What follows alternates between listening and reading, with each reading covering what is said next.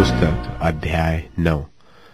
अदार नाम 12वें महीने के 13वें दिन को, जिस दिन राजा की आज्ञा और नियम पूरा होने को थे और यहूदियों के शत्रु उन पर प्रबल होने की आशा रखते थे, परंतु इसके उल्टे यहूदी अपने बैरियों पर प्रबल हुए, उस दिन यहूदी लोग राजा क्षयर्ष के सब प्रांतों में अपने अपने नगर में इकट्ठे हुए कि जो उनकी हानि करने का यत्न करे उन पर हाथ चलाए, और कोई उनका सामना न कर सका, क्योंकि उनका भय देश देश के सब लोगों में समा गया था। वरन प्रांतों के सब हाकिमों और अधिपतियों और प्रधानों और राजा के कर्मचारियों ने यहूदियों की सहायता की, क्योंकि उनके मन में मोर्दकै का भय समा गया था। मोर्दकै तो राजा के यहाँ बहुत प्रतिष्ठित था और उसकी कीर्ति सब प्रांतों में फैल गई। वरन उस पुरुष मोर्दकै की महिमा बढ़ती चली गई, और यहूदियों ने अपने सब शत्रुओं को तलवार से मारकर और घात करके नाश कर डाला, और अपने अपने बैरियों से अपनी इच्छा के अनुसार बर्ताव किया। और शूशन राजगढ़ में यहूदियों ने 500 मनुष्यों को घात करके नाश किया, और उन्होंने पर्शनदाता, दलपोन, अस्पाता, पोराता, अदल्या, अरिदाता, परमशता, अरिसय, अरिदय और वैजाता अर्थात हमदाता के पुत्र यहूदियों के विरोधी हामान के 10 पुत्रों को भी घात किया, परंतु उनके धन को न लूटा। उसी दिन शूशन राजगढ़ में घात किए हुए लोगों की गिनती राजा को सुनाई गई। तब राजा ने एस्तेर रानी से कहा, यहूदियों ने शूशन राजगढ़ ही में 500 मनुष्य और हामान के 10 पुत्रों को भी घात करके नाश किया है। फिर राजा के और प्रांतों में उन्होंने न जाने क्या क्या किया होगा। अब इससे अधिक तेरा क्या निवेदन है, वह भी पूरा किया जाएगा, और तू क्या मांगती है, वह भी तुझे दिया जाएगा। एस्तेर ने कहा, यदि राजा को स्वीकार हो तो शूशन के मनुष्य यहूदियों को आज की नाए कल भी करने की आज्ञा दी जाए, और हामान के 10 पुत्र फांसी के खंभों पर लटकाए जाए।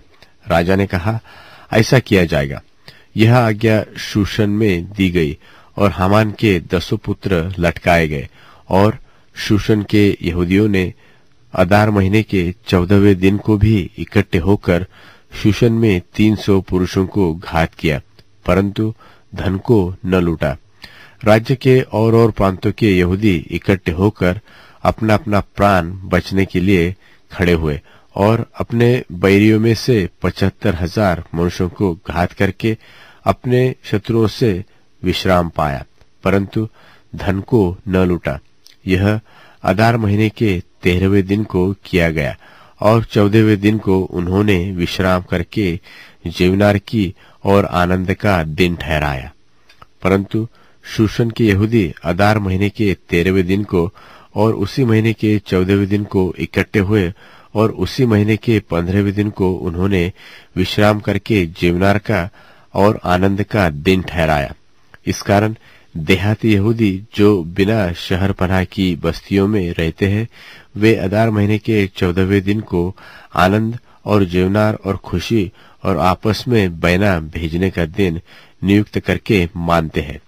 इन बातों का वृत्तांत लिखकर मोर्दकै ने राजा क्षयर्ष के सब प्रांतों में क्या निकट क्या दूर रहने वाले सारे यहूदियों के पास चिट्ठियां भेजी, और यह आज्ञा दी कि अदार महीने के 14वें और उसी महीने के 15वें दिन को प्रतिवर्ष माना करें, जिसमें यहूदियों ने अपने शत्रुओं से विश्राम पाया, और यह महीना जिसमें शोक आनंद से और विलाप खुशी से बदल गया, और उनको जीवनार और आनंद और एक दूसरे के पास बैना भेजने और कंगालों को दान देने के दिन माने।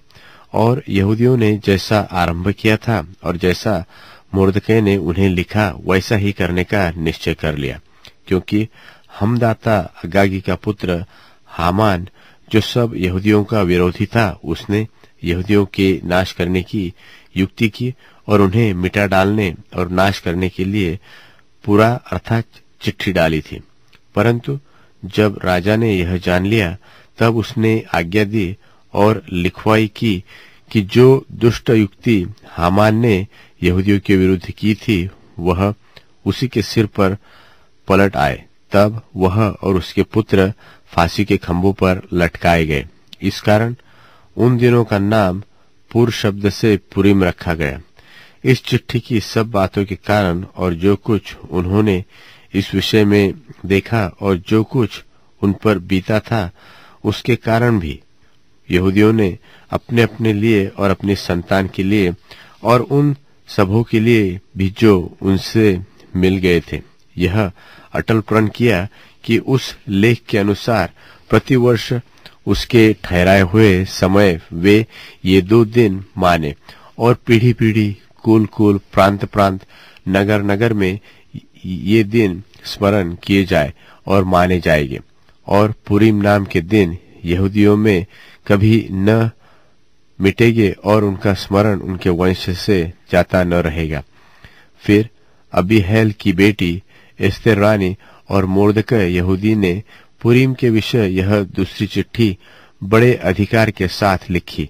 इसकी नकलें मोर्दकै ने क्षयर्ष के राज्य के 127 प्रांतों के सब यहूदियों के पास शांति देने वाली और सच्ची बातों के साथ इस आशय से भेजी कि पुरीम के उन दिनों के विशेष ठहराए हुए समयों में मोर्दकै यहूदी और एस्तेर रानी की आज्ञा के अनुसार और जो यहूदियों ने अपने और अपनी संतान के लिए ठान लिया था उसके अनुसार भी उपवास और विलाप किया जाए।